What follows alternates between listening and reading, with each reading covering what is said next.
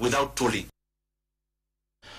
Komachelo eni piny owacho mar county ma Nairobi koro chano medo omenda ma ijuogo kuom weg matatu kaachiel kod johala ma chungo nyamburko magi e chuny boma ma Nairobi kochakore dwe mar 7 higa manyien. Omenda ma kamano igeno ni biro konyo e tayo chenro mopogore opogore e chuny boma ma Nairobi.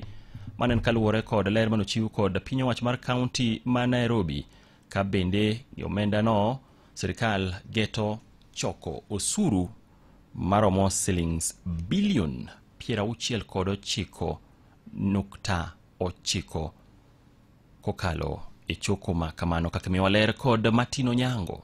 Johala kod jogo matiyo chuny boma Nairobi igeto medo sigo mar chulo osuru ewi kony ma gisebedo ka giyudo kowuok kuom tend county ma Nairobi no. Ma obiro bang' ka tend county assembly ne okalo chik ma kamano mane oyango kwan omenda ma ibiro chul gi johala go. County ma Nairobi geto choko omenda maromo bilion 46 kod milion 900 omenda mabiro kuom johala weg lope kanyakla kod weg nyamburko kuom thuolo mar higni 5 mabiro. Omenda mag chungo nyamburko idhi medi kowuok e shillings 300 nyaka shillings 520 odiechieng' ka odiechieng'. Ka county no nigi kuonde chungo nyamburko maromo 16,900 manengogi duto koriwto romo bilion 4.3.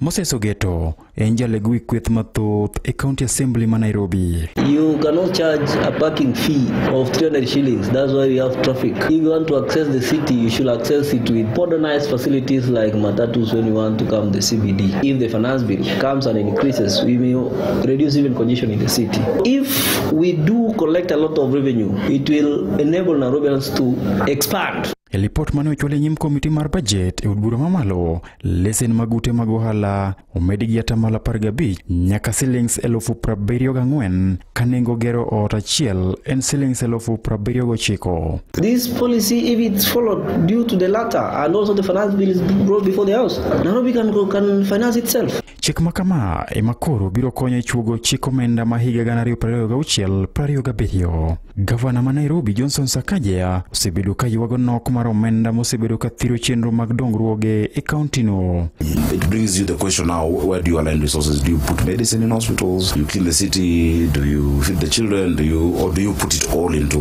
one issue? The only way you'll solve these issues, no matter whether it is NMS or Badi or Sakaja, whoever it is sorting out the financing of the city. Ne Radio Ramogi an Martin Onyango.